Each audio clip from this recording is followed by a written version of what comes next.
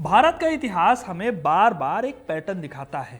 ताकतवर परिवार जिनके नाम पीढ़ियों तक राजनीति और सत्ता में गूंजते रहे। आज हम इसे नेताओं और उनके खानदानों में देखते हैं। कोई नेहरू गांधी परिवार है, तो कहीं कोई यादव परिवार है, तो कहीं ठाकरे परिवार है, तो कहीं पवार परिवार है। हाँ, शाह परिवार भी है और सिंह परिवार भी है। इसी तरह से हम कभी कभी ये भी सुनते हैं कि मुगलों के परिवार का कोई इंसान कोलकाता में रहता है, तो किसी नवाब के परिवार से जुड़ा हुआ कोई व्यक्ति किसी शहर में अपने दिन काट रहा है। लेकिन कई ऐसे परिवार हैं जिनका इतिहास में तो बहुत नाम है, लेकिन आज उनके वंशजों के बारे में बहुत कम लोग बात करते हैं। इसी कड़ी में मुगल काल के इतिहास को और पढ़ते वक्त खास तौर पर अकबर के टाइम पीरियड में एक नाम आता है, महाराणा प्रताप का। वही महाराणा प्रताप जिन्होंने अकबर के सामने झुकने से मना कर दिया था।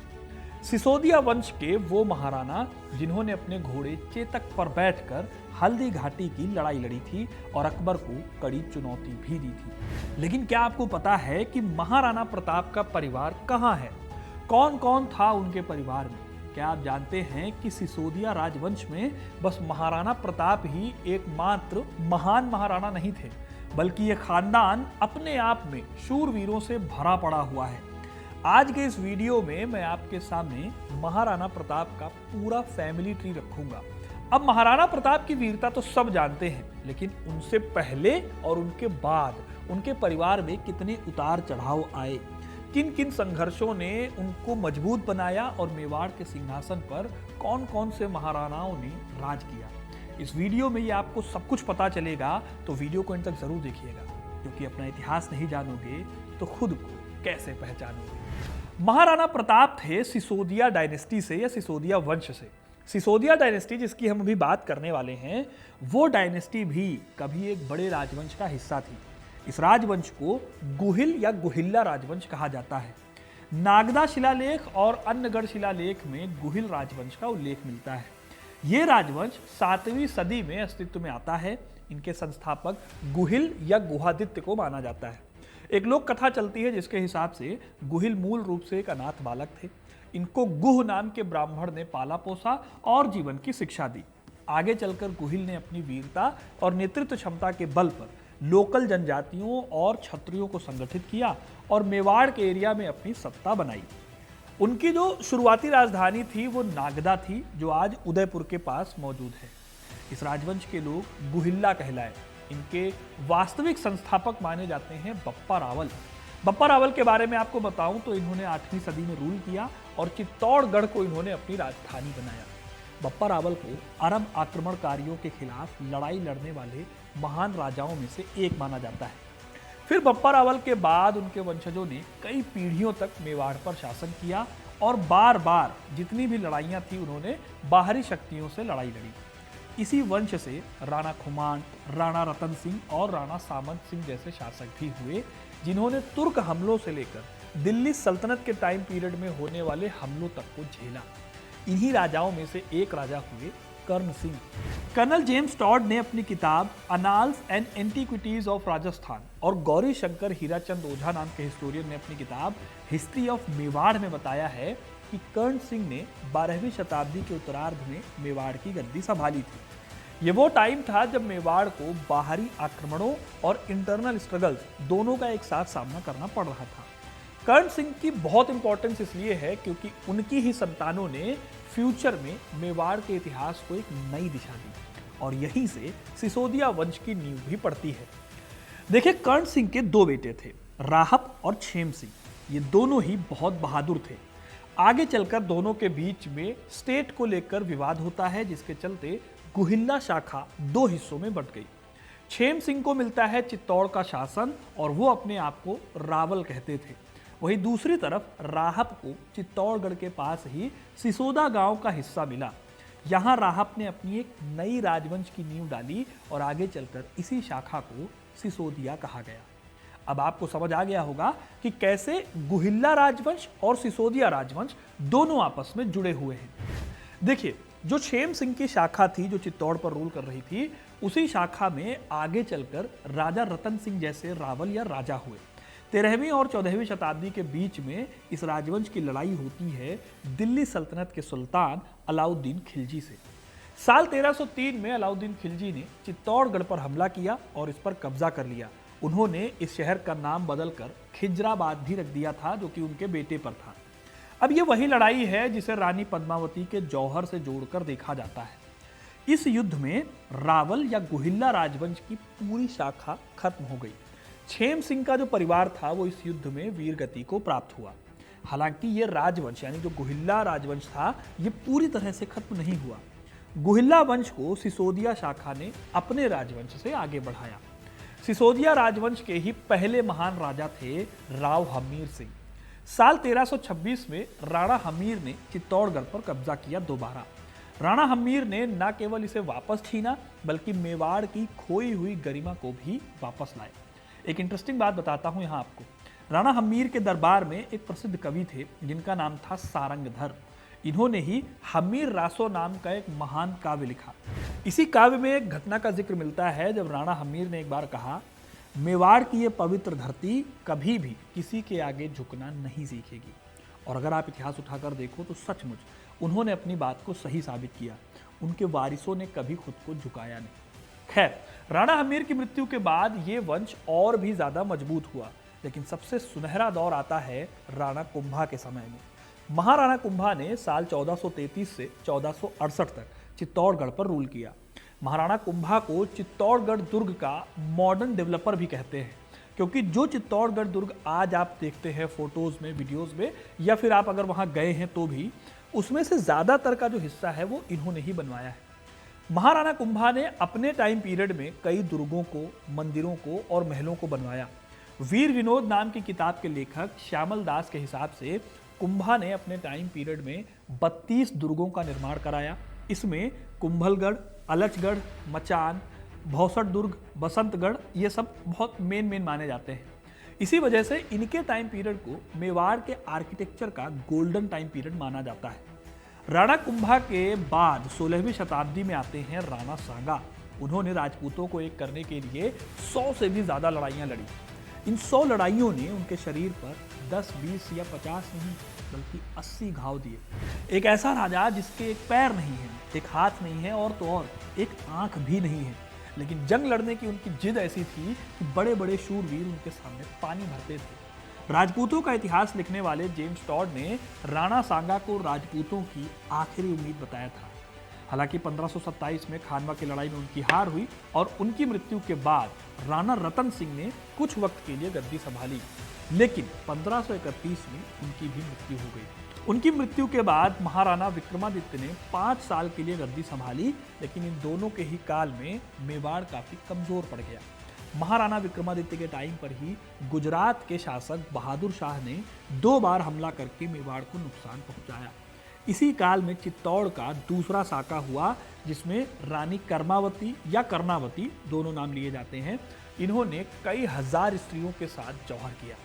हालांकि इसके बाद गद्दी मिलती है महाराणा उदय सिंह द्वितीय को। कोई और नहीं बल्कि खुद महाराणा प्रताप के पिता थे।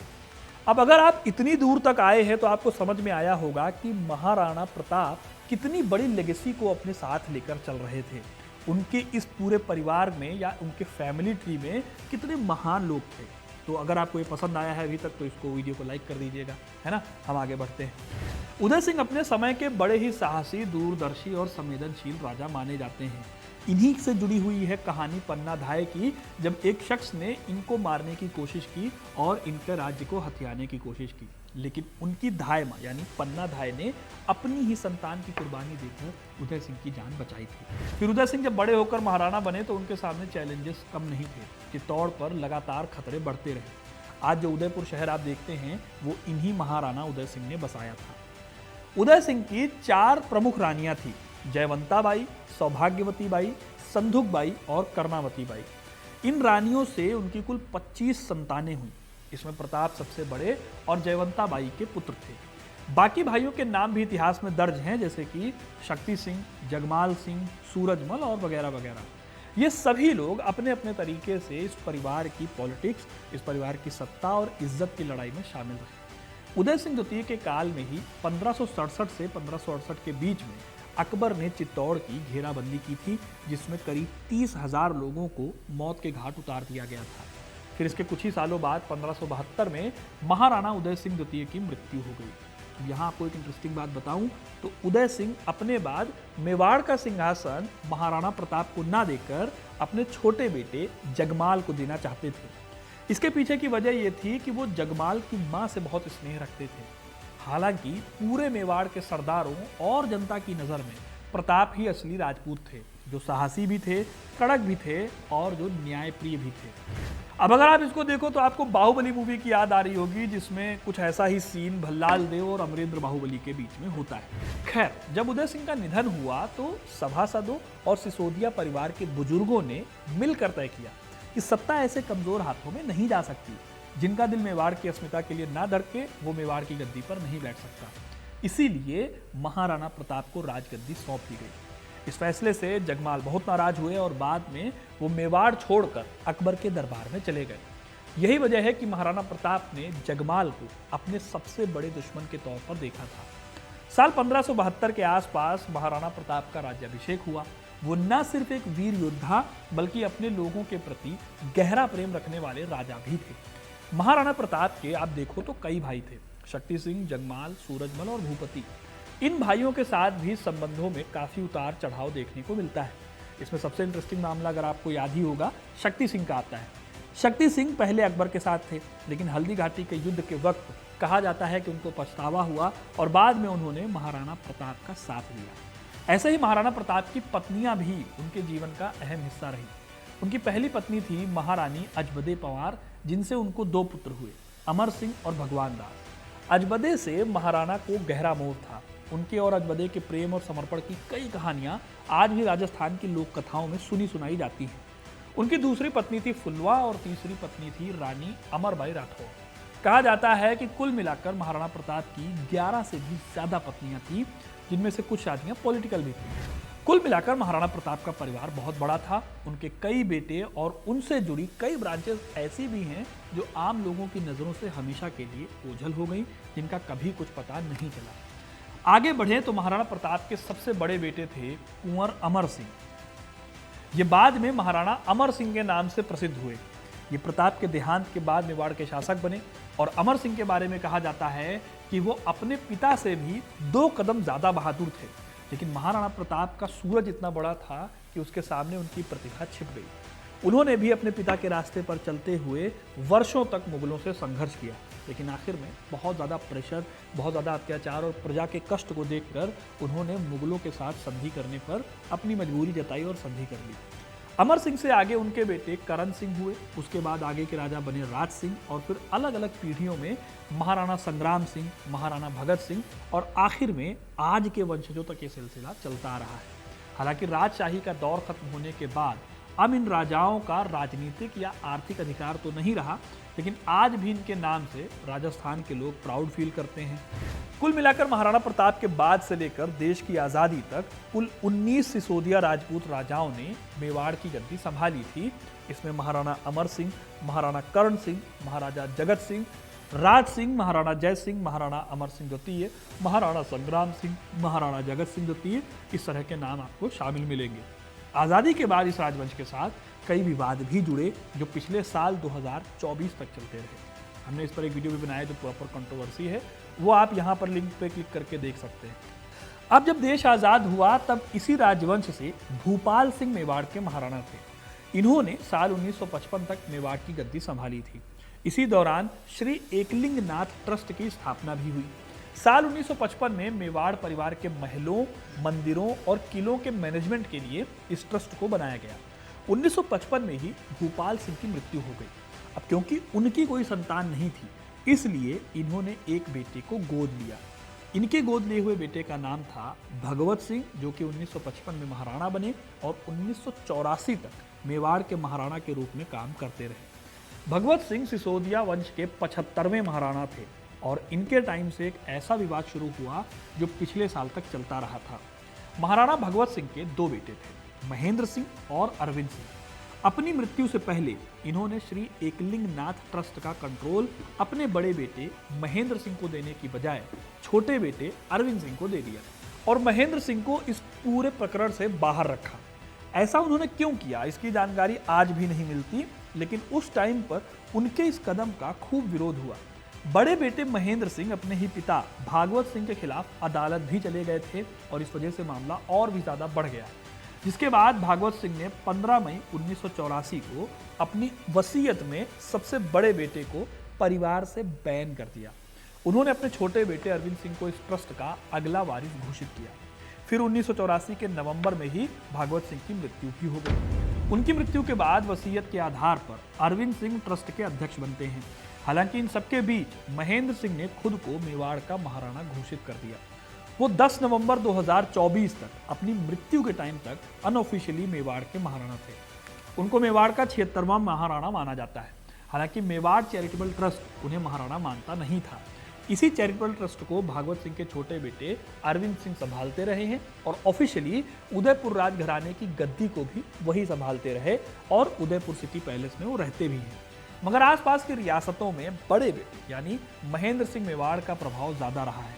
10 नवंबर को महेंद्र सिंह की जब मृत्यु हुई तो उनकी मृत्यु के बाद उनके पुत्र और राजसमंद से भाजपा विधायक विश्वराज सिंह का मेवाड़ के 77वें महाराणा के रूप में अभिषेक किया गया। इस कार्यक्रम में रक्त से राज तिलक जैसी सदियों पुरानी परंपराएं भी शामिल थी। इस कार्यक्रम में विवाद भी हुआ, लेकिन फिलहाल वही अभी महाराणा है मेवाड़ के। इतिहासकार मानते हैं कि मेवाड़ के सिसोदिया वंश की सबसे बड़ी खासियत यह है कि यहाँ पैट्रीलिनियल सक्सेशन था, यानी पिता के बाद बेटा राजा बने, ऐसा नियम था। लेकिन फिर भी जरूरत पड़ने पर प्रजा, सरदार और सामंत इस पैमाने को बदल भी देते थे, यानी अपने आप को इस राजवंश में साबित भी करना पड़ता था, चाहे वो मेवाड़ के महाराणा महाराणा प्रताप की बात हो या फिर अभी जो मैंने आपको विश्वराज सिंह की कहानी बताई वो भी। आज तक ये बात लागू होती है जो मेवाड़ के आसपास के लोगों ने विश्वराज सिंह को महाराणा के लिए समर्थन दिया। कुल मिलाकर देखा जाए तो महाराणा प्रताप का वंश एक मुकम्मल फैमिली ट्री है, जिसमें परंपरा की जड़ें बहुत गहरी हैं। आज के दौर में सिसोदिया परिवार के वंशजों की पॉलिटिकल एस्टेब्लिशमेंट तो बहुत कम है, होने भी नहीं चाहिए क्योंकि हमारे देश में अब लोकतंत्र है, लेकिन उनकी कल्चरल पहचान और उनका जो आत्मगौरव है वो आज भी कायम है। हर साल मेवाड़ के त्यौहार, राजपूती रस्में और शादियों वगैरह में आज भी महाराणा प्रताप और उनके वंश की पूजा की जाती है। बच्चों को कहावत सुनाई जाती है, मारा घर में मारा राणा, यानी मेरे घर में मेरा राजा, यानी मेरे घर में मेरा राजा। तो इस तरह से दोस्तों ये थी कहानी इस पूरे फैमिली ट्री की। आपको ये कहानी कैसे लगी कमेंट करके ज़रूर बताइएगा। वीडियो को लाइक और शेयर करना ना भूलें और ऐसी इंटरेस्टिंग कहानियों के लिए, इतिहास से जुड़े रहने के लिए हिस्ट्री कनेक्ट को सब्सक्राइब जरूर करें। धन्यवाद।